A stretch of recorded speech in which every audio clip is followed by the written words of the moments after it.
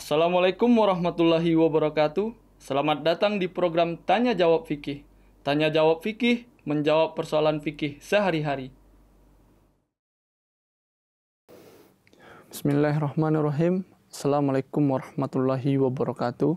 Pemirsa MTA yang dirahmati oleh Allah, bagaimana kabar Anda?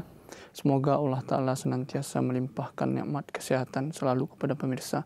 Amin Allahumma amin. Selamat datang kembali di program Tanya Jawab Fikih, menjawab pertanyaan fikih sehari-hari bersama saya Arif Abdul Hai. Selama 25 menit ke depan kita akan membahas pertanyaan-pertanyaan fikih yang telah pemirsa ajukan. Dan tentunya saya tidak sendiri, kita telah ditemani oleh Bapak Maulana Saifullah Mubarak Ahmad Syahid yang telah hadir bersama kita di studio. Beliau merupakan dosen fikih dan dosen tafsir Jamiah Ahmadiyah Indonesia. Kita akan menyapa beliau dan kita akan memulai pembahasan kita berkenaan dengan pertanyaan-pertanyaan yang telah pemirsa kirimkan. Assalamualaikum Bapak. Waalaikumsalam warahmatullahi. Bagaimana kabarnya Pak? Alhamdulillah baik. Ya Pak, seperti yang telah saya sampaikan di episode sebelumnya bahwa kita sekarang masih akan membahas berkenaan dengan makanan yang haram atau makanan-makanan yang halal Pak. Karena kita tahu kemarin ada sedikit pembahasan berkenaan dengan makanan, karena di dalam jemaat kita tidak hanya mengenal makanan haram saja atau halal saja, tetapi ada juga yang mamnu, ada yang makruh, ada yang thayyib dan halal Pak. Oleh karena itu pertanyaan-pertanyaan di sini juga sangat menarik sekali Pak. Langkah baiknya kita mulai langsung Pak. Ya, pertanyaan pertama Pak, apakah makanan atau minuman yang belum bersertifikat halal masih boleh dikonsumsi Pak? Silakan Pak. Jazakallah khairan jazak. Bismillahirrahmanirrahim. Ya, berkaitan dengan makanan, ya kemarin kita sudah bahas di dalam pertemuan sebelumnya bahwa ada makanan yang thayyib untuk dikonsumsi. Itu lebih di atas halal lagi, bukan hanya sekadar halal tapi thayyib. Nah, berkaitan dengan pertanyaan ini, berkaitan dengan sertifikat halal. Ya, kalau kita berbicara sertifikat halal, berarti kita berbicara tentang suatu regulasi di sebuah negara. Ya, ada makanan-makanan atau produk-produk tertentu yang dikeluarkan sertifikat halalnya, dalam hal ini oleh pemerintah atau instansi yang ditunjuk oleh pemerintah. Lalu bagaimana kita, ya, sikap kita ketika menemui suatu makanan yang belum bersertifikat halal? Ya, nah barangkali di Indonesia ini kita tahu ada di berbagai macam suku bangsa, berbagai macam juga agama, ya. Namun kita tahu juga Indonesia adalah negara yang mayoritas Muslim dan mayoritas makan makanan yang halal, ya. Nah, kalau kita pergi, ya, ke tempat-tempat yang mayoritas Muslim, ya misalnya di Sumatera Barat, katakanlah seperti itu, ya, kalau makanan-makanan kemasan rata-rata kita menemui kemasannya ada sertifikat halalnya. Tetapi banyak sekali makanan-makanan yang kemasan juga, tapi bukan dari pabrik-pabrik besar, ya, makanan kemasan-kemasan dari rumahan, ya, atau pabriknya pabrik kecil, UMKM dan sebagainya, itu tidak ada pakai sertifikat halal. Nah, lalu bagaimana sikap kita kalau menjumpai makanan-makanan seperti itu? Segala lemper dipakai halal pula, ya kan? Nanti kan ribet itu nanti.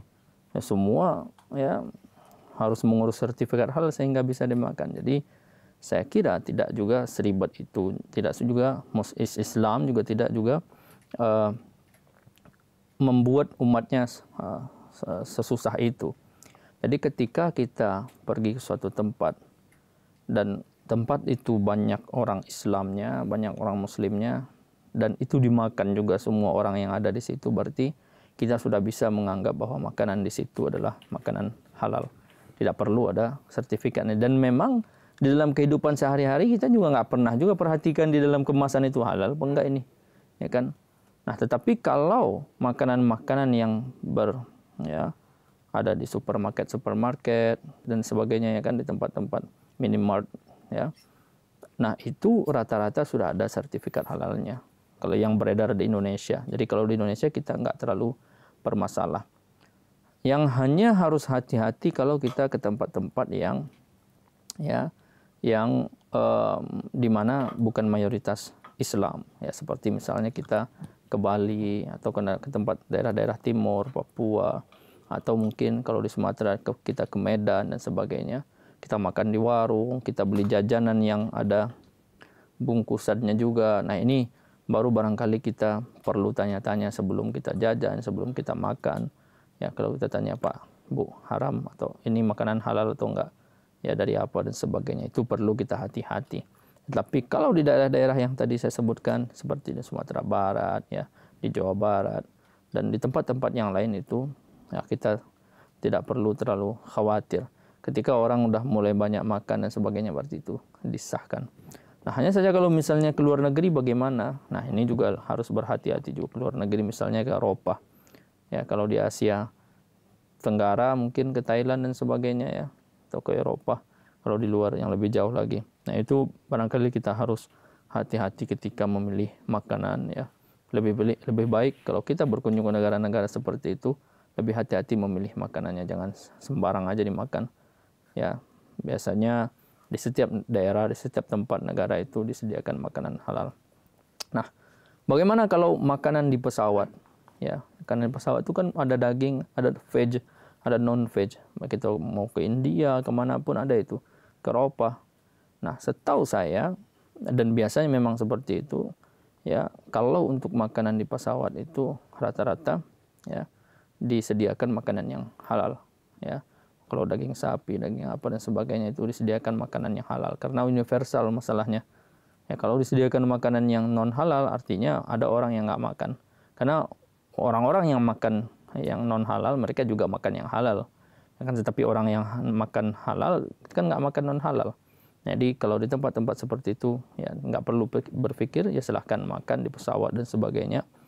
Ya, di pertemuan lalu kita pernah bahas juga, ya sebelum-sebelumnya tentang McDonald, ya, atau di KFC. Ya, itu kan perusahaan-perusahaan yang notabene-nya luar, ya kan.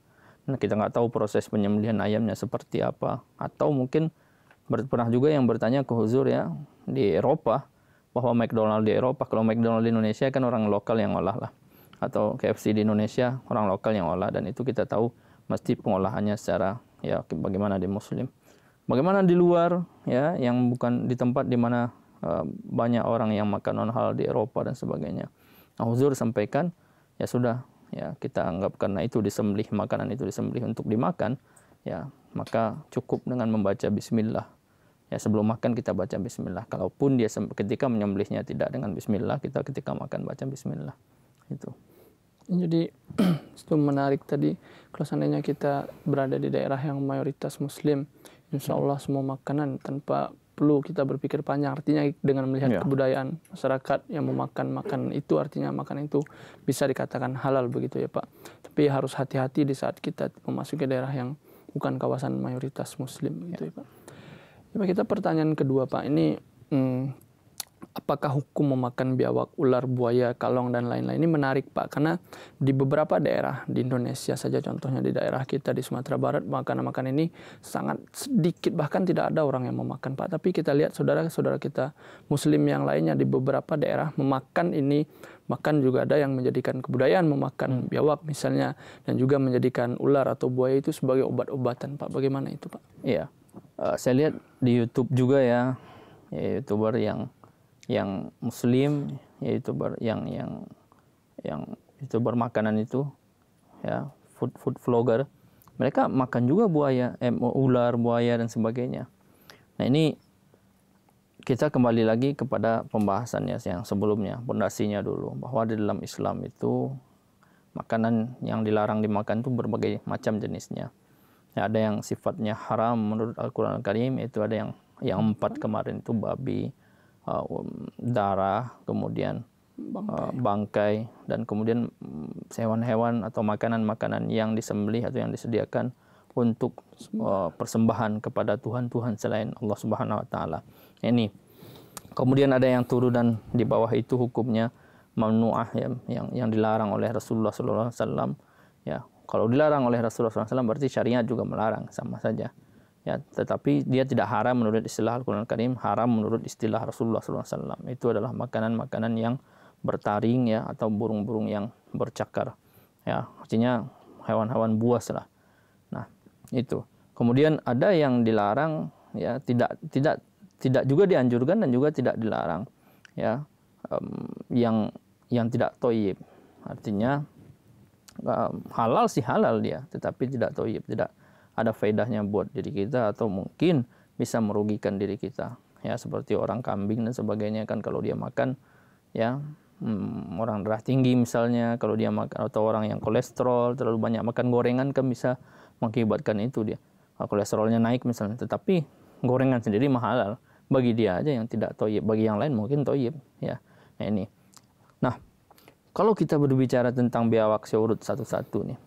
Kalau berbicara tentang biawak, di zaman Nabi itu ada orang yang makan biawak, ya. Para sahabat datang, ya, ketika itu Rasulullah SAW tanya, apa itu biawak? Oh ya, silahkan aja makan, tapi saya nggak makan, kata Rasulullah SAW. Ya, sahabat dibiarkan makan oleh Rasulullah SAW, tapi beliau tidak makan. Artinya beliau tidak suka. Nah, yang makan biawak itu suku tertentu aja ketika itu di Arab itu. Nggak semua orang juga. Rasulullah SAW nggak mau makan. Artinya kalau kita lihat itu adalah biawak, ya, halal, tetapi bagi Rasulullah SAW makruh. Makruh itu artinya kan tidak disukai. Karahat, ya, tidak disukai. Rasulullah SAW nggak menyukai biawak. Nah, kebanyakan dari antara kita juga nggak suka biawak. Saya pribadi juga, jangankan makannya, lihatnya aja jijik, ya kan. Ya, kalau kita udah lihatnya jijik, bagaimana mungkin kita makan? Nah, begitu juga Rasulullah SAW lihatnya aja, aduh, ngeri, jijik kan, mau dimakan gimana biawak. Tetapi kalau ada orang yang makan biawak, dia nggak makan makanan yang haram, ya, karena biawak tidak termasuk golongan buaya barangkali, ya, mungkin dia masih, ya, kelas jinaknya lah atau dan sebagainya. Nah, itu nggak masalah. Kemudian ular.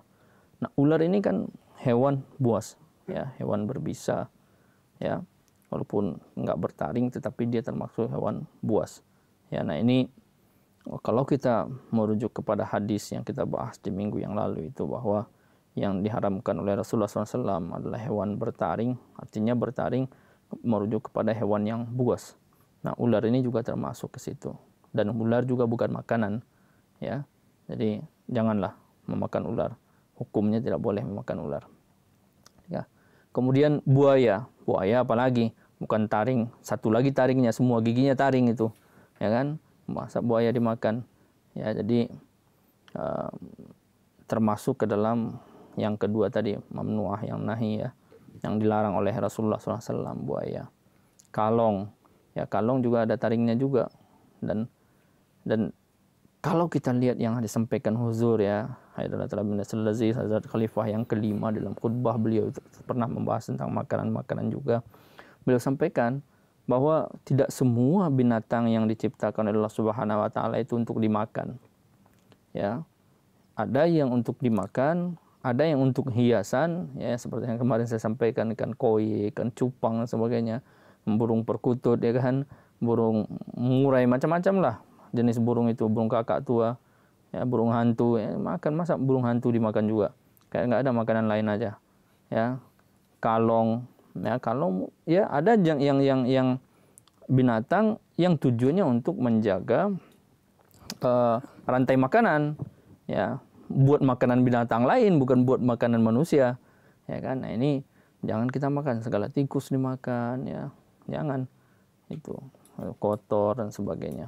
Nah ini apa-apa yang makanan yang sudah umum di dalam masyarakat, ya, terutama masyarakat muslim, nah itu saja yang dimakan, jangan macam-macam, karena boleh jadi itu merugikan kepada kesehatan dan juga bisa merugikan kepada iman kita, ya.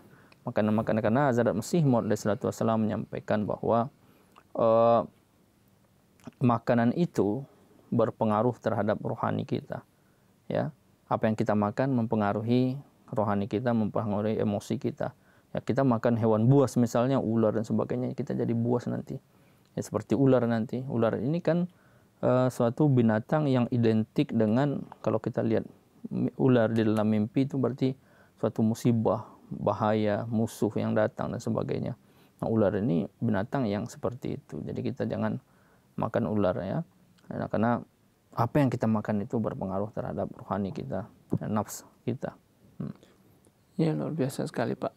Ini kecuali yang 3 biawak, ya, di zaman Rasulullah dicontohkan. Ya, ada yang makan biawak. Ada yang makan biawak, tapi Rasulullah tidak memakan. Tidak makan dan tidak larang dan juga. Tidak melarang. Artinya sebagai seorang muslim yang baik, tentu kita tidak mencap seorang yang makan biawak misalnya begitu, orang yang makan makanan haram begitu ya Pak. Ya sama juga dengan di zaman Rasulullah SAW juga, beliau mengatakan orang yang makan bawang merah dan bawang putih mentah jangan masuk masjid, kena bau ya kan, ya malaikat nggak suka bau.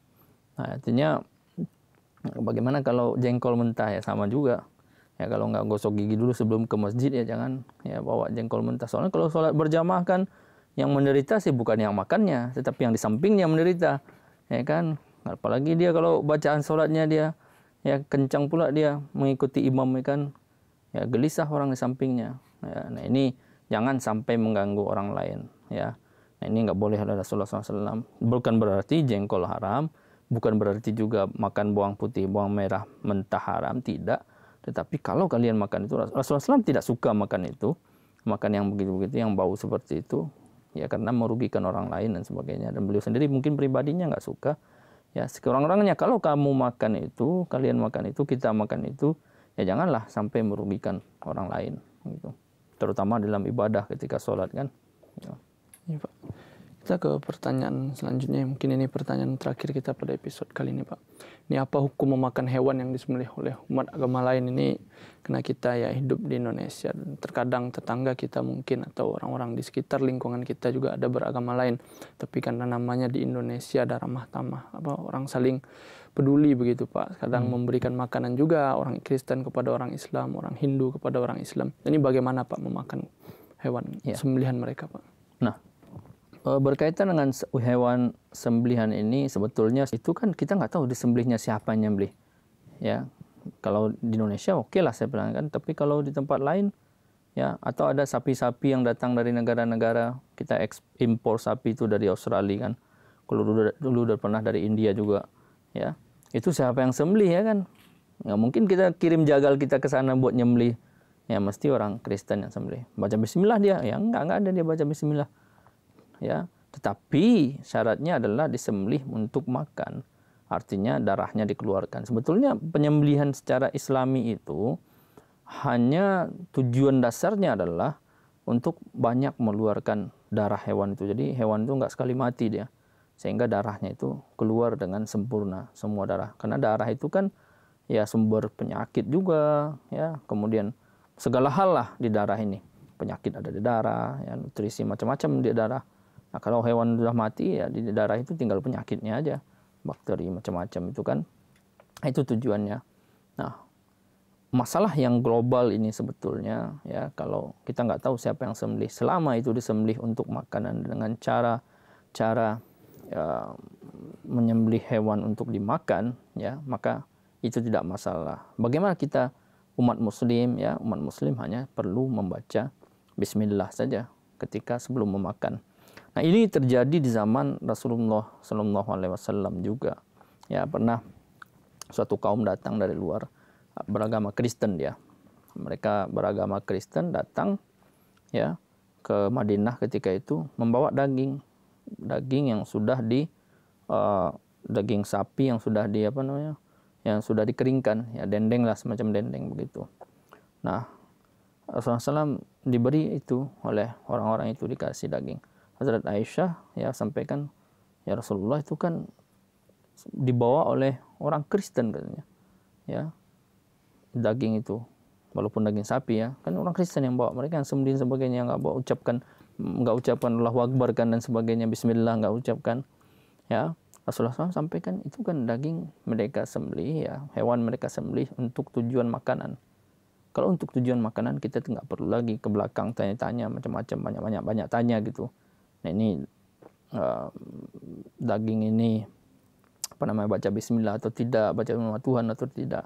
Kalau dia sembelih untuk tujuan makanan kita boleh makan. Kita baca aja Bismillah kata Rasulullah SAW. Nah ini juga ada di zaman Rasulullah SAW. Artinya kalau sembelihan umat lain, umat agama lain dan itu tujuannya untuk dimakan tidak masalah. Nah ini di zaman Hazrat Masih Maud SAW juga ditanyakan seperti itu. Boleh nggak kita, kalau di India ya kan banyak Hindu ya kan, sembelihan orang Hindu, orang Kristen dan sebagainya kita boleh makan. Hazrat Masih Maud SAW tidak masalah selama itu untuk tujuan makanan. Ya kalau dia tidak baca Bismillah, ya ini mesti dia ya kadang-kadang atas nama Tuhan juga, nama Tuhannya, Tuhan yang dipahami dia, ya asalkan jangan mengatasnamakan Tuhan lain.